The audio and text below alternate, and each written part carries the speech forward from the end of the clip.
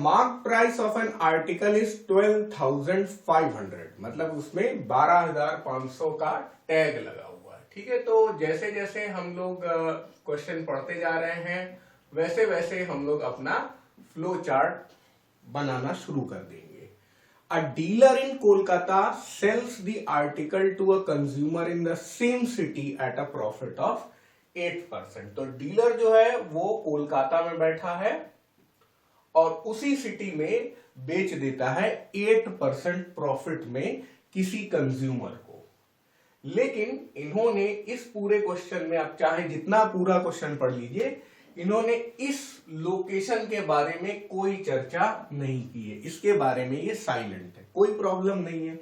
अच्छा, यहां 12,500 की डीलिंग हुई है, लेकिन ये वाली जो डील होगी, ये वाला जो ट्रांजैक्शन होगा वो 8% बढ़े हुए रेट में होगा। वही जाकर हम लोग का फर्स्ट पार्ट का सॉल्यूशन आ जाता है। फर्स्ट पार्ट क्या पूछ रहा है? The selling price excluding the tax, है ना। तो selling price of the article excluding the tax क्या आ जाएगा?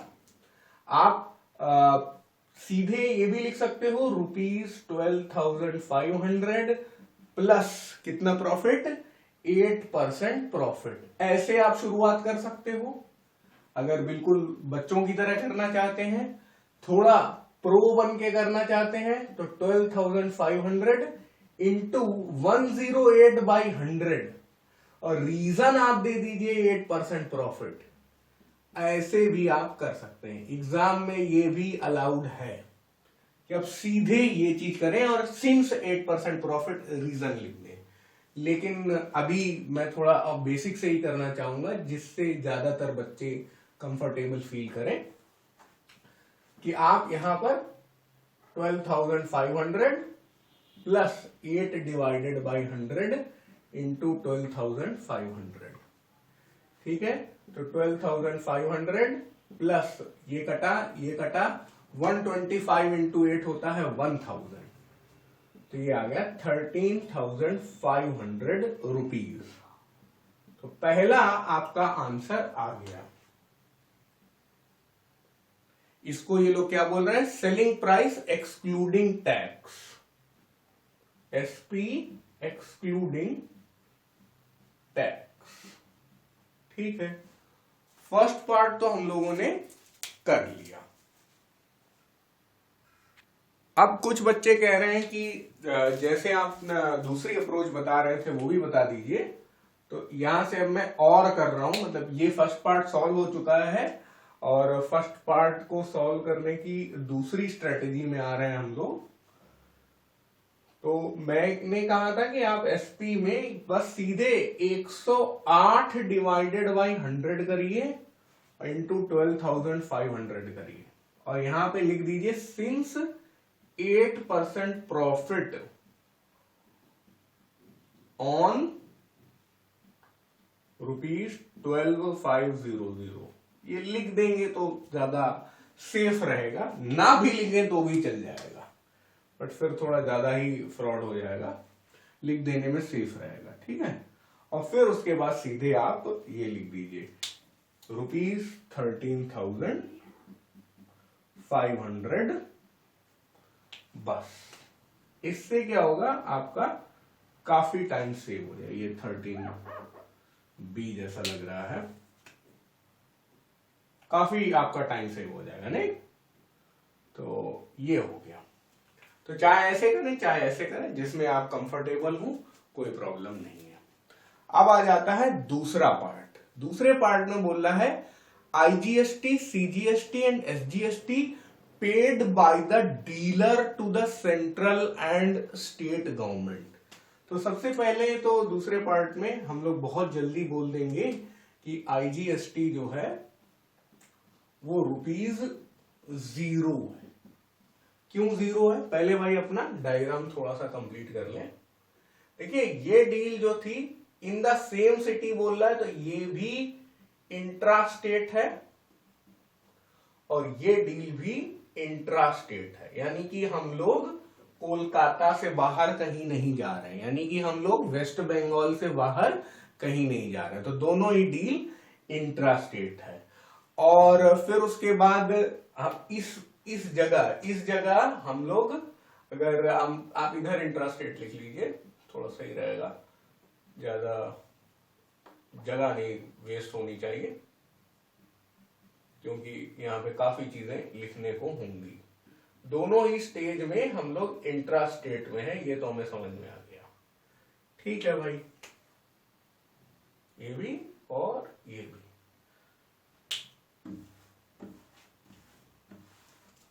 फिर उसके बाद इस स्टेज में हम लोग इनपुट और आउटपुट पे रहेंगे, है कि नहीं भाई? इनपुट और आउटपुट। फिर क्योंकि इंट्रास्टेट है इसलिए दो आएंगे, इनपुट सीजीएसटी और इनपुट एसजीएसटी, सीजीएसटी और एसजीएसटी, ये दोनों बातें आएंगी। क्योंकि दोनों इंट्रास्टेट है इसलिए सीजीएसटी, एसजीएसटी के अलावा और कोई चर्चा नहीं होगी, इसीलिए हम लोगों ने आईजीएसटी को ₹0 लिखा। अब इस केस में देखिए आ रहा है CGST paid by the dealer. तो मेरे हिसाब से पहले तो आप निकाल लीजिए इनपुट सीजीएसटी। इनपुट सीजीएसटी कितना आएगा? देखिए आपको जीएसटी परसेंटेज दिया गया है 18%, और जब भी इंट्रास्टेट का केस आता है तो जो 18% है उसका बंदर बांट होता है आधा आधा सीजीएसटी और एसजीएसटी में, यानी 18% आधा आधा मिलेगा, यानी 9% सीजीएसटी को, 9% एसजीएसटी के रूप में, है ना। CGST will be levied 9% and SGST will be levied again 9%। तो इनपुट सीजीएसटी कितना हो जाएगा? 9/100 इंटू 12,500। अच्छा, अब क्योंकि यहां पर 12,500 में ये डील हुई है, इस डील की वैल्यू हम लोगों ने 13,500 निकाल ली है, तो उसको लिख लो 13,500। ठीक है भाई। अब इन दोनों का मल्टीप्लाई करो भाई, 9 इंटू 125, ये कितना हो जाएगा?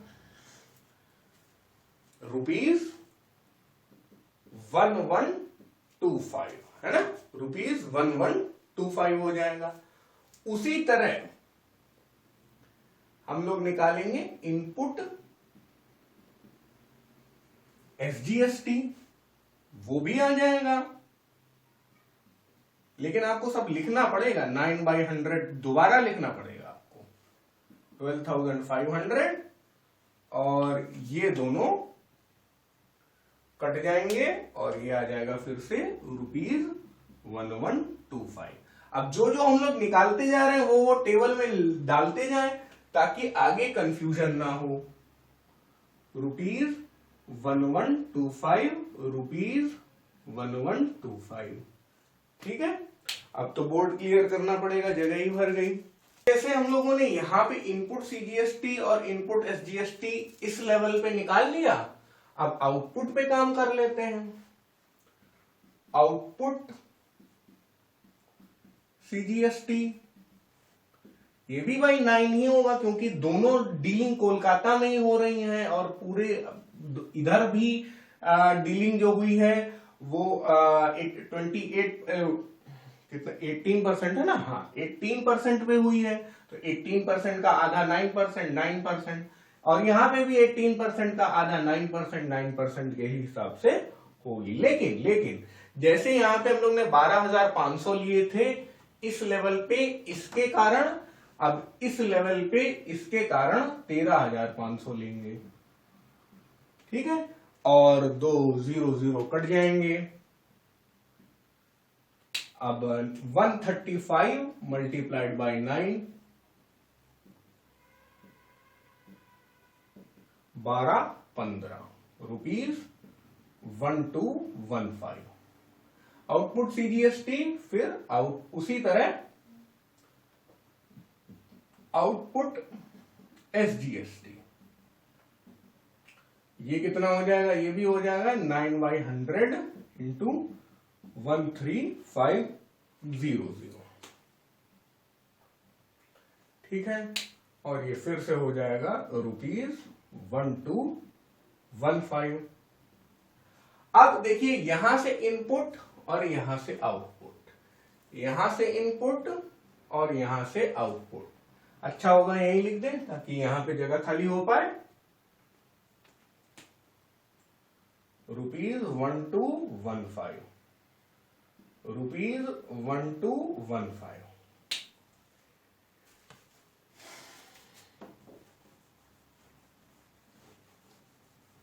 तो आईजीएसटी 0 आएगा। ये बहुत अच्छा बुक ने किया कि मतलब आईजीएसटी पूछा ताकि बच्चों को ये समझ में आए कि आईजीएसटी 0 भी पॉसिबल है। अच्छा, अब सवाल है CGST paid by the dealer to the central government, है ना, या GST paid by the dealer to the central government. ठीक है, अब सीजीएसटी पेड बाय डीलर ये होना चाहिए ₹1215 माइनस ₹1125, जो कि आ जाएगा कितना, 90 रुपए। ठीक है, तो CGST paid by the dealer होना चाहिए था 90 रुपए, लेकिन बुक आपकी दे रही है 1215। अभी पूरा लिख लीजिए, फिर मैं इस पे डिस्कशन करूंगा, अभी बीच में मत बोलिएगा। फिर उसके बाद आ जाता है एसजीएसटी। अच्छा, 90 रुपए की जगह बुक आपकी बोल रही है ये वाला 1215। फिर एसजीएसटी पेड बाय डीलर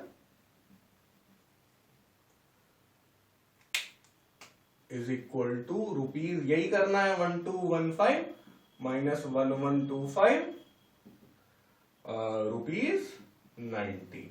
ठीक है, आ तो वैल्यूज बराबर ही रही हैं, लेकिन हमें समझना चाहिए कि किसका किसका डिफरेंस है। ठीक है, जब सीजीएसटी निकाल रहे हैं तो इधर जा रहे हैं और इन दोनों वैल्यूज का डिफरेंस निकाल रहे हैं। जब एसजीएसटी में जा रहे हैं तो इन दोनों वैल्यूज का डिफरेंस निकाल रहे हैं। यहां पे ये 1215 है। ठीक है, तो आना चाहिए हम लोगों का आंसर 90-90, लेकिन बुक क्लेम कर रही है कि 1215 आना चाहिए। तो अब इस बात को समझने के बाद मैं एक बार फिर से क्वेश्चन के सेकंड पार्ट में इंप्रूवमेंट करना चाहूंगा अपनी तरफ से। अगर बच्चों सवाल ये पूछा जाता कि IGST, CGST and SGST paid by the consumer, तब हमारा काम चल जाता। आईजीएसटी 0 आ जाता, सीजीएसटी आ जाता 1215 और एसजीएसटी आ जाता 1215। आप खुद सोचिए, जब 12,500 की डीलिंग यहां हुई, 13,500 का ट्रांजैक्शन यहां हुआ, डीलर को बेचारे को केवल 1,000 रुपए का तो प्रॉफिट हुआ है। वो 1,000 रुपए के प्रॉफिट में 1215 और 1215 टैक्स क्यों देगा? हां, अगर ये भी क्वेश्चन होता IGST, CGST and SGST collected by the dealer, तो भी मैं ये आंसर सही मान लेता।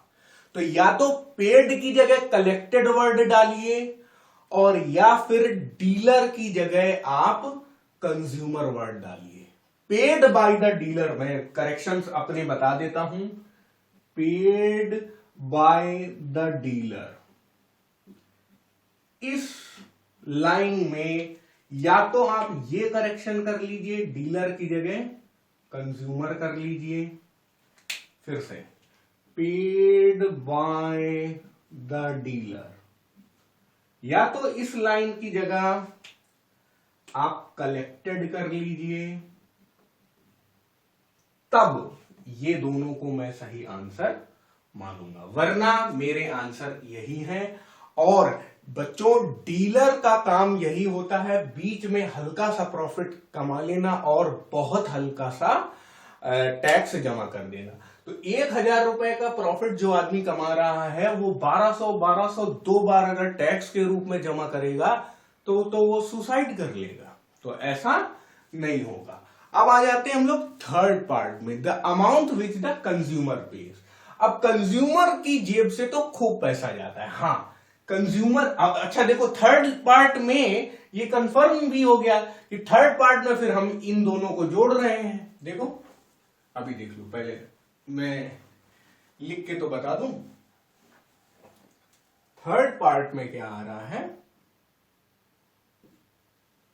Amount which the consumer pays, amount which consumer page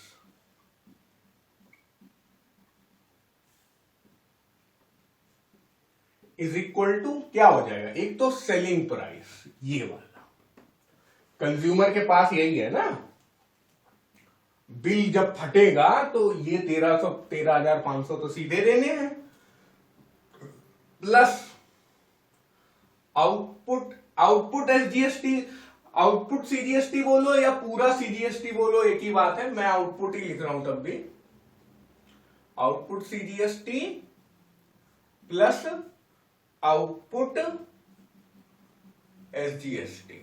ठीक है, सेलिंग प्राइस क्या हो गया 13,500 प्लस आउटपुट सीजीएसटी 1215। तो जब यहां कंज्यूमर वाला लिख रहे तब तो यहां 1215 जोड़ रहे हैं, और यहां ये इधर पिछले क्वेश्चन में वो डीलर का हो गया, इस क्वेश्चन में कंज्यूमर का हो गया, तो ये भी तो गड़बड़ हो ही जाता।